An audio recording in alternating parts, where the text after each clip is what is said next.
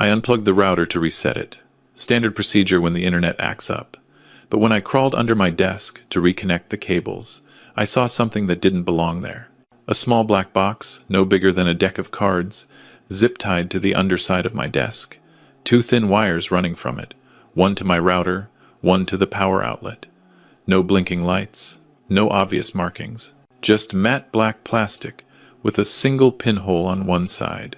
I'm 68 years old. I spent 40 years as an electrical engineer before I retired. I know what I'm looking at.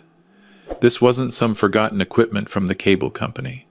This was a network tap. Someone had installed a device to monitor everything flowing through my home internet connection.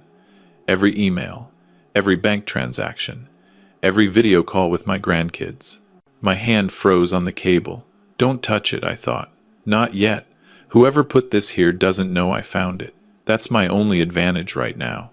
I slowly backed out from under the desk, reconnected the router without touching the black box, and sat down in my office chair. My heart was pounding. At 68, you don't expect your life to suddenly feel like a spy movie. You expect quiet evenings, crossword puzzles, maybe a bourbon on the porch. Not this. I pulled out my phone and took a picture of the device, careful not to use flash. Then I sat there, thinking, who would do this? And more importantly, why? The obvious suspects ran through my mind. Hackers? Identity thieves? But those kinds of criminals don't break into your house to install hardware. They phish you with fake emails. They exploit software vulnerabilities. Physical access is risky, time-consuming, and unnecessary in today's world. So who needed to be in my house to do this? The answer hit me like a punch to the gut, but I pushed it away. No, not possible. I went back through the last few weeks in my mind, trying to remember who'd been in my home office. 3 weeks ago, my son Marcus had stopped by. Said he wanted to check on me, make sure I was doing okay since his mother passed last year. We'd had coffee in the kitchen, talked about his work, his kids. Then he'd asked to use the bathroom, said the one downstairs wasn't working. I'd told him to use the one upstairs, but when I went up later, I noticed he'd been in my office. The door was open. I'd asked him about it that evening over dinner. "Oh, sorry, Dad," he'd said. "I was looking for that photo album Mom wanted me to have. Thought it might be in your office." I'd accepted the explanation. Why wouldn't I? He's my son. But now, looking at that black box under my desk, I felt sick. I forced myself to stay calm. Don't jump to conclusions, I told myself. Investigate first. Maybe I'm wrong. Maybe there's another explanation. I opened my laptop and started researching. Network taps, surveillance devices, home monitoring systems. I spent 3 hours reading forums, watching YouTube videos, learning about the technology. What I found wasn't reassuring. The device under my desk was likely a packet sniffer. It could intercept and log all data passing through my network. With the right software, someone could read my emails, capture my passwords, monitor my bank accounts. They could see everything I did online, every website, every document I worked on, every conversation. But here's what really chilled me. This wasn't amateur hour. Consumer-grade spy equipment is usually wireless, battery-powered, easy to detect. This was hardwired, professional. Whoever installed this knew what they were doing. I thought about calling the police. But what would I tell them? My son might have installed a network tap without proof, without even being certain it was him. I'd destroy my relationship with my only child. And if I was wrong, if there was some other explanation, I'd never forgive myself. No, I needed to be sure first. I needed evidence. I grabbed a notepad and started making a list. Who else had been in my house recently? My neighbor Bill had stopped by to drop off mail, but he'd stayed in the living room, never went upstairs. The plumber had been here to fix a leak, but I'd been with him the entire time. The cleaning service I hired after Margaret died, but they'd never been alone in my office either. Every path led back to Marcus. I sat back in my chair, staring at the ceiling. My son, the boy I'd taught to ride a bike, the kid who'd cried when we took him to his first day of school, the young man who'd called me for advice when he bought his first house. That Marcus? But people change. Money changes people. And I knew Marcus had been struggling financially. His wife had mentioned it last Christmas. Something about his business not doing well, maxing out credit cards, behind on the mortgage. I'd offered to help, but he'd waved me off, said he had it under control. What if he didn't have it under control? What if he was desperate? I'm not wealthy, but I'm comfortable. The house is paid off. I have a decent pension and some investments. Life insurance. Marcus is my sole beneficiary. He'd inherit everything when I die. The thought made my blood run cold.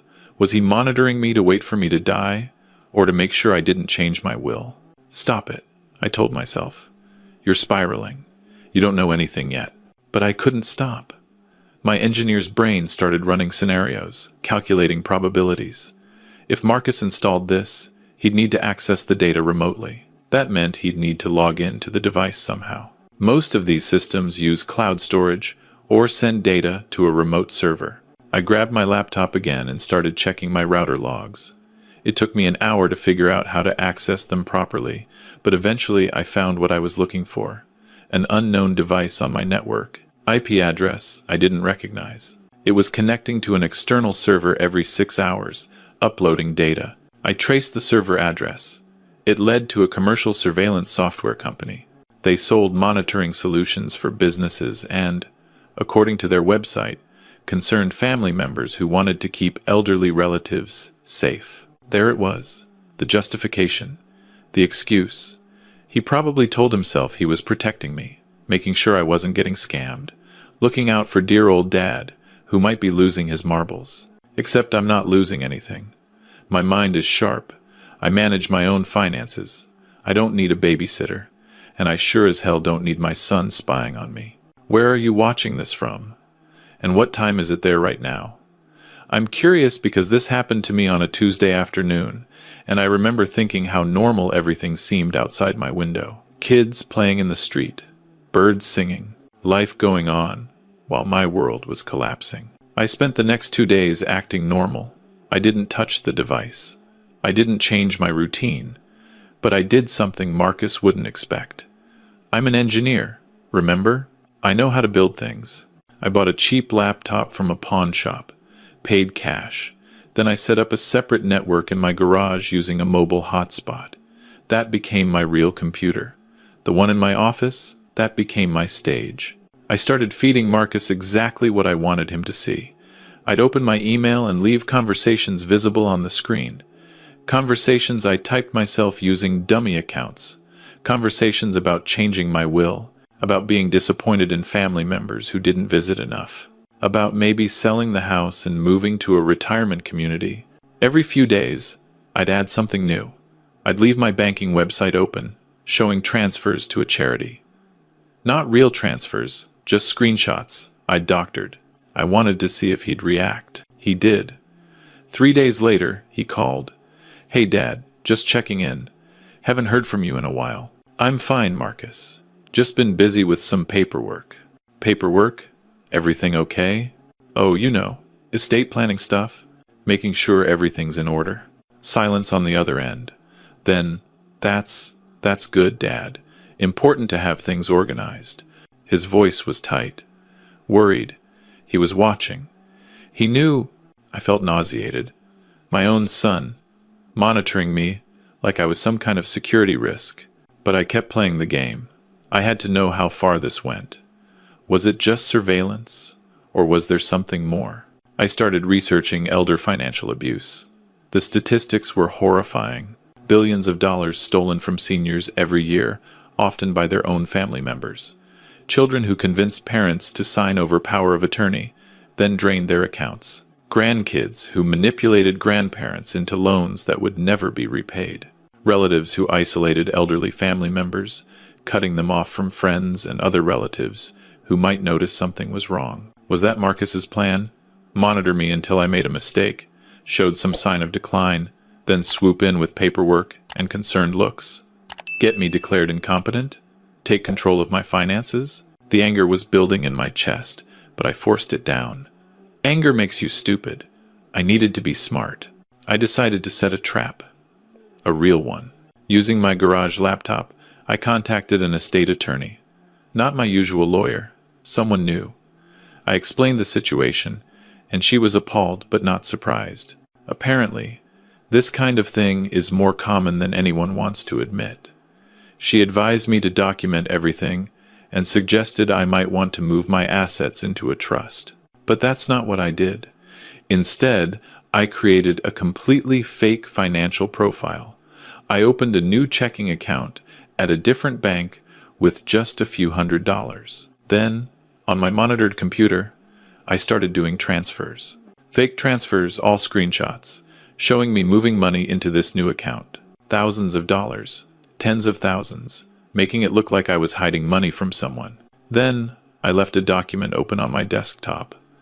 A letter to my lawyer, which I never actually sent, talking about how I was concerned about family members trying to take advantage of me, how I wanted to protect my assets, how I was considering cutting certain people out of my will. I waited to see what Marcus would do. It took 4 days. He showed up at my house unannounced, said he was in the neighborhood, wanted to grab lunch. We went to the diner downtown, the one we used to go to when he was a kid. He ordered the same thing he always did, burger and fries. I got a club sandwich. He was nervous. I could see it in the way he kept touching his water glass, not drinking, just moving it around on the table. "Dad," he finally said, "I've been thinking. You're here all alone in this big house. Mom's gone. It's a lot of upkeep. Have you ever thought about downsizing?" "Downsizing?" "Yeah, maybe a condo, or one of those nice senior communities. They have activities, people your age. You wouldn't have to worry about mowing the lawn or fixing things when they break." I took a bite of my sandwich, chewing slowly. "I like my house, Marcus. Your mother and I bought it 40 years ago. It's full of memories." "I know, Dad, I know. But memories don't need a 3-bedroom house. You could take what matters and, simplify your life. Plus, you'd free up some equity. You could travel, do things you never had time for." "Free up equity," I repeated. "For what?" "For you. To enjoy your retirement. You've worked hard all your life. You should be enjoying yourself, not stuck maintaining a house." I watched him carefully. His eyes kept darting to my face, trying to read me. "And what would I do with the money from selling the house?" "Whatever you want, Dad. Live a little, see the world. Maybe help out your grandkids with college." He paused. "Or, if you need help managing it, I could help. I've been learning about investments. I could make sure your money's working for you." There it was, the play. Get me to sell the house, then offer to manage the money. I'd bet everything I own that within 6 months, that money would start disappearing. A few thousand here for an emergency, a few thousand there for a great investment opportunity. Until one day I'd wake up and find out I had nothing. "That's very thoughtful of you, Marcus," I said, "but I'm doing fine managing my own finances. Always have." His jaw tightened, just for a second, but I saw it. "Sure, Dad, of course. I just meant if you ever need help, that's all." We finished lunch in uncomfortable silence. When we got back to my house, he lingered in the doorway. "Hey, can I use your bathroom real quick before I head out?" "Of course." He went upstairs. I waited in the living room, counting the seconds. He was up there for 7 minutes. 7 minutes for a bathroom break. When he came down, he looked relieved. "All good?" "Yeah, thanks, Dad." He hugged me goodbye. It felt hollow. After he left, I went straight to my office. The black box was still there under my desk. But when I checked my router logs later, I saw something new. He'd accessed the device remotely while he was here. Downloaded all the data from the past week. Everything I'd left for him to see. All my fake financial moves. All my staged concerns about family members taking advantage. He was escalating, and I needed to figure out what he was planning before it was too late. That night, I couldn't sleep. I kept thinking about the boy Marcus used to be, how he'd sit at the kitchen table doing homework while Margaret and I cooked dinner, how he'd run to me crying when he fell off his bike, and I'd patch up his scraped knee and tell him he was brave, how proud he'd been at his college graduation, hugging both of us and saying we were the best parents anyone could ask for. When did it change? When did I become a problem to be managed instead of a father to be loved? I thought about Margaret. She'd been sick for 2 years before she died. Cancer.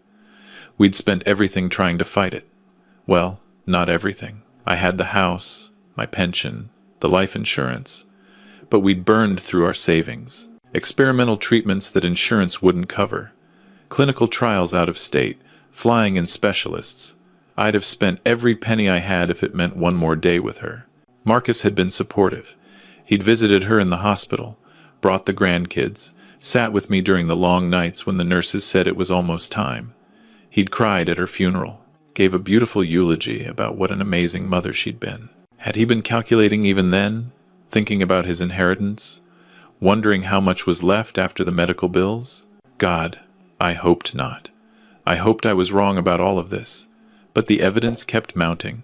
I needed to talk to someone I could trust. I thought about my brother, but he lives in Arizona, and we only talk a few times a year. My old colleagues from work were scattered across the country. Margaret's sister would just worry, and probably tell Marcus. Then I remembered Bill, my neighbor. We'd been friends for 20 years. He's a retired cop, sharp as ever, and he'd helped me plant my garden last spring. I trusted him. The next morning, I walked over to Bill's house and knocked on his door. When he answered, I said, "Bill, I need to tell you something, and I need you to just listen before you judge me for being paranoid." We sat on his back porch, and I told him everything. The device, the monitoring, Marcus's visit. The whole story spilled out of me like I'd been holding my breath for weeks. Bill didn't interrupt. When I finished, he was quiet for a long moment. Then he said, "Robert, you're not paranoid. You're being cautious. And from where I'm sitting, you have every right to be.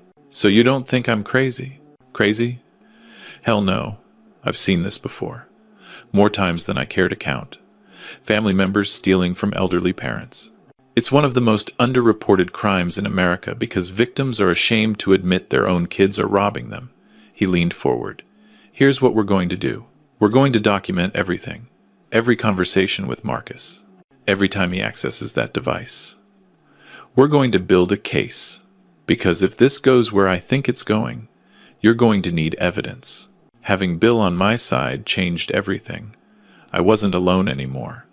We set up a system. I'd log every interaction with Marcus. Bill helped me install my own hidden camera in my office, a real one, positioned to catch anyone tampering with my computer. We were building a counter-surveillance operation. 2 weeks later, Marcus called again. This time he wanted to take me to dinner.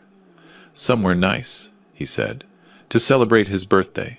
I'd completely forgotten his birthday was coming up. Some father I was, too focused on being spied on, to remember my own son's birthday. We went to an Italian place downtown. White tablecloths, candles, the works. Marcus ordered wine, expensive wine. He seemed relaxed, happy even. For a moment, I let myself hope that maybe I'd been wrong.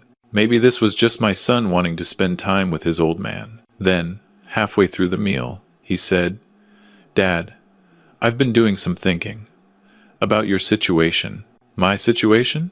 "Living alone, in that big house. I know you said you're managing fine, but I worry about you. We all do. Beth and the kids, we talk about it. What if something happened to you? What if you fell and couldn't reach the phone? What if you had a medical emergency?" "I'm 68, Marcus, not 98. I'm in good health." I know.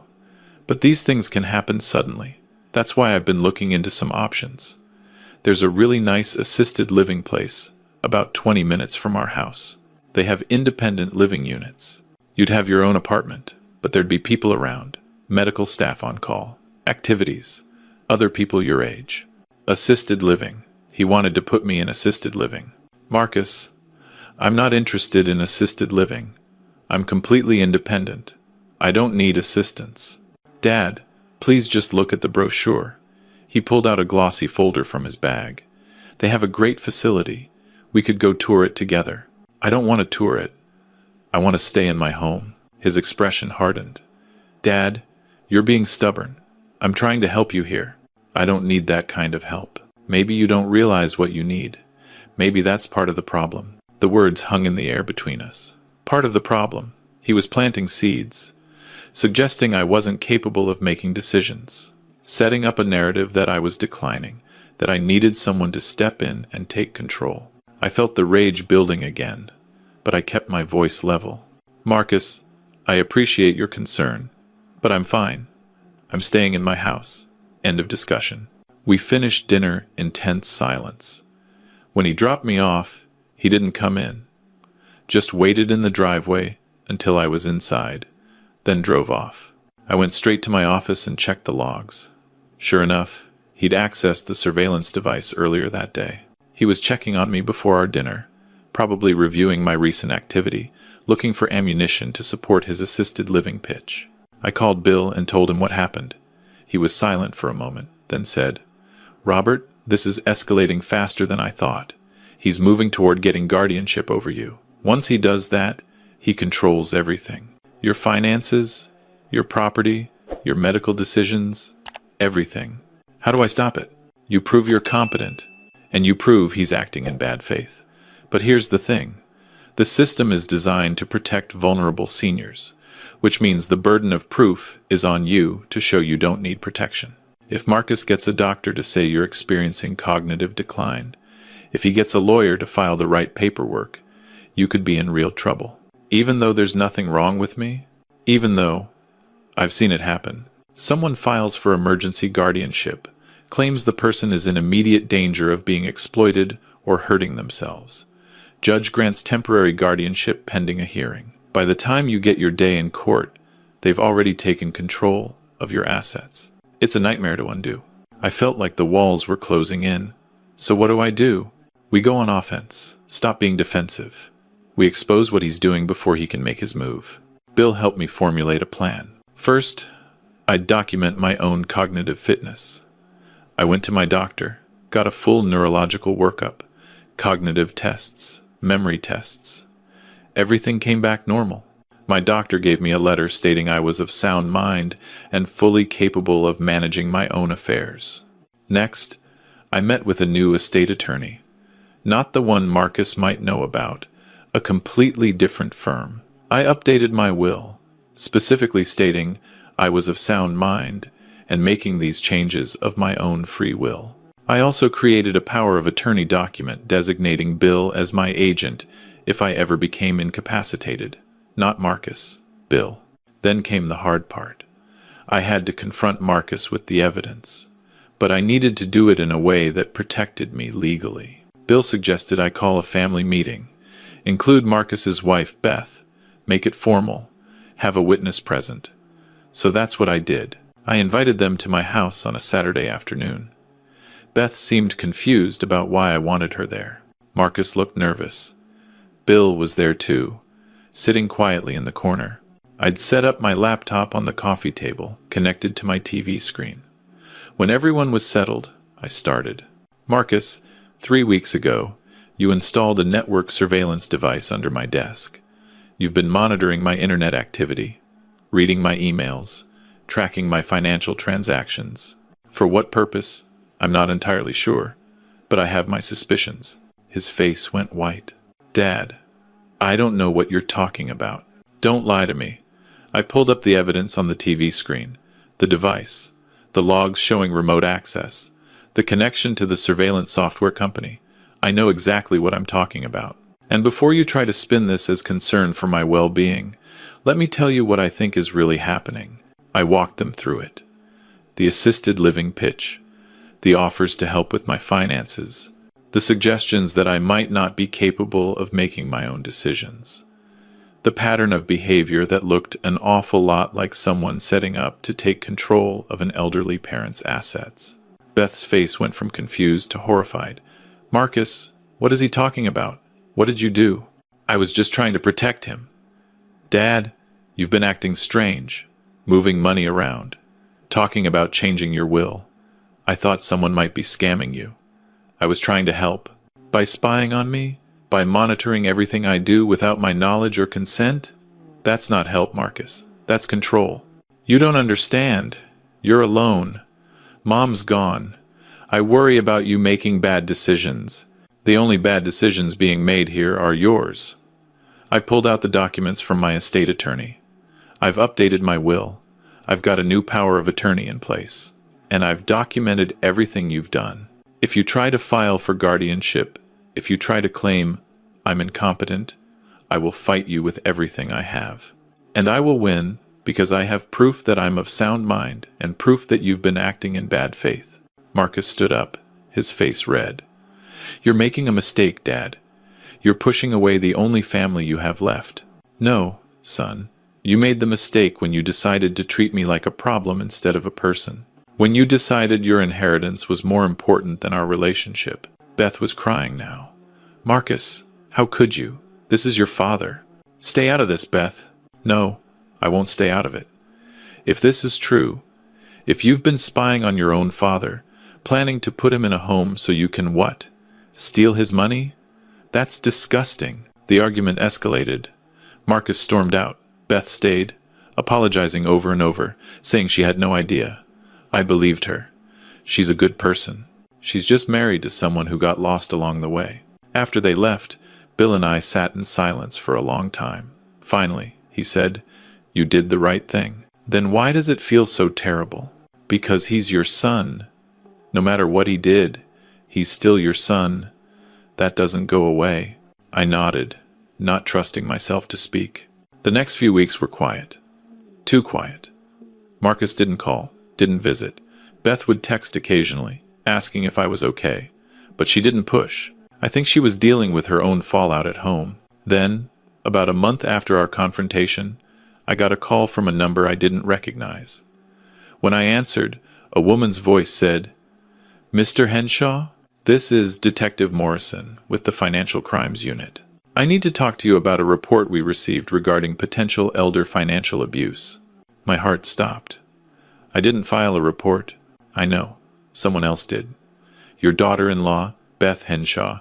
She provided us with information about surveillance equipment installed in your home without your consent and allegations that your son may have been planning to exploit you financially. I'd like to come by and take your statement if you're willing. I looked at Bill, who was sitting across from me having coffee. I'd put her on speaker. He nodded. Yes, Detective, I'm willing to talk to you. She came by that afternoon with a partner. I walked them through everything. Showed them the device, which I'd left in place under my desk. Showed them the logs, the documentation Bill and I had compiled.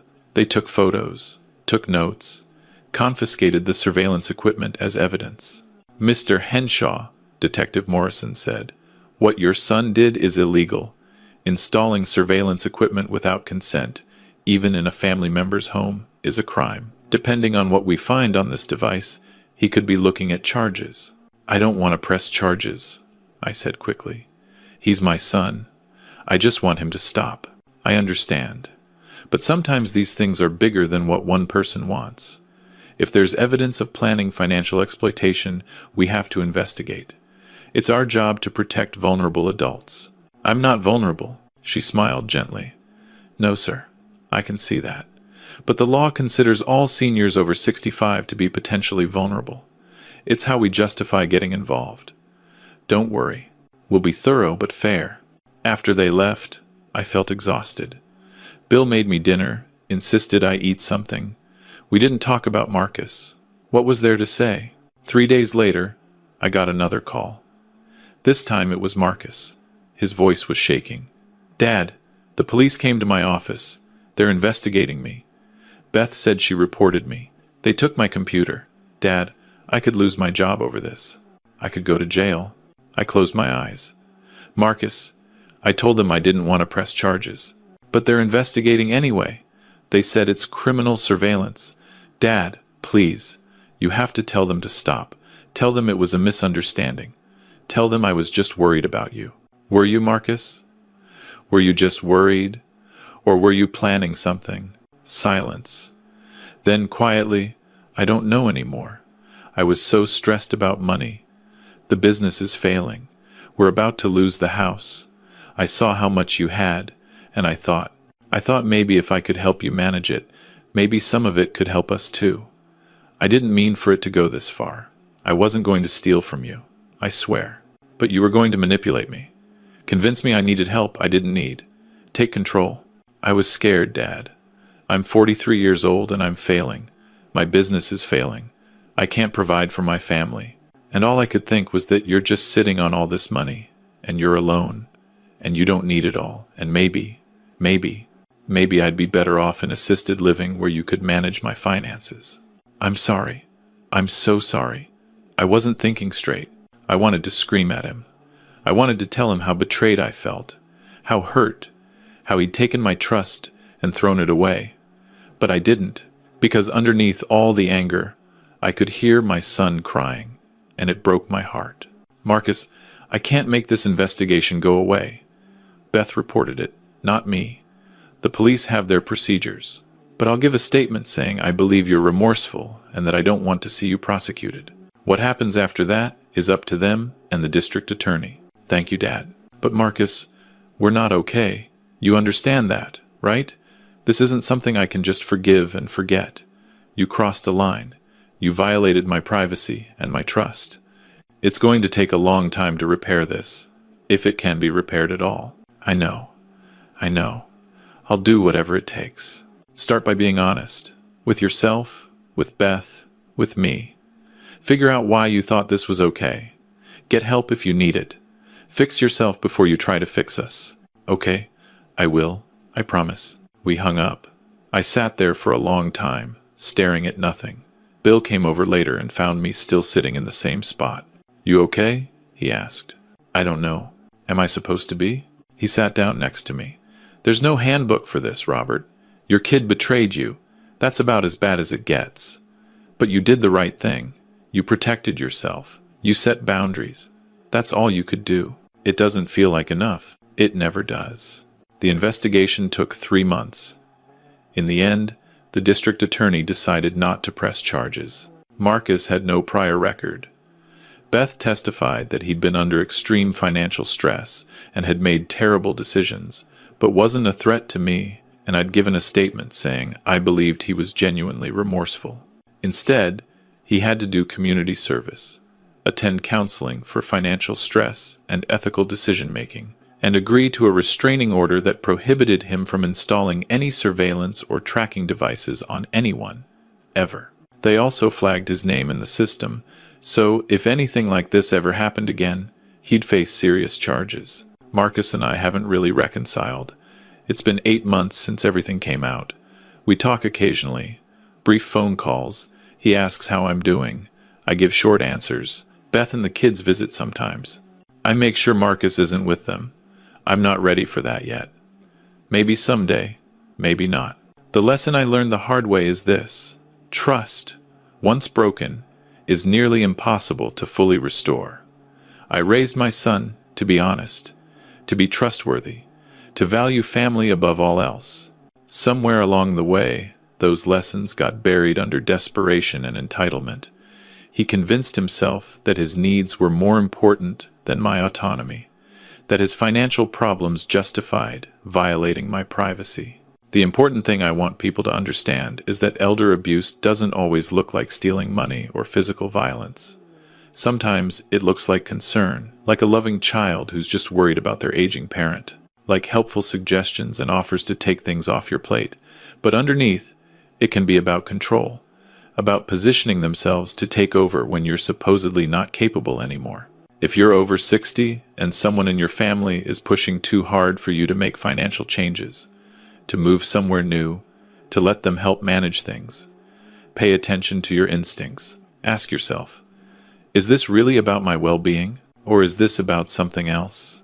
And if you're a younger person watching this, thinking about your own parents or grandparents, remember this: growing old doesn't make someone incompetent. It doesn't make them less of a person. They raised you.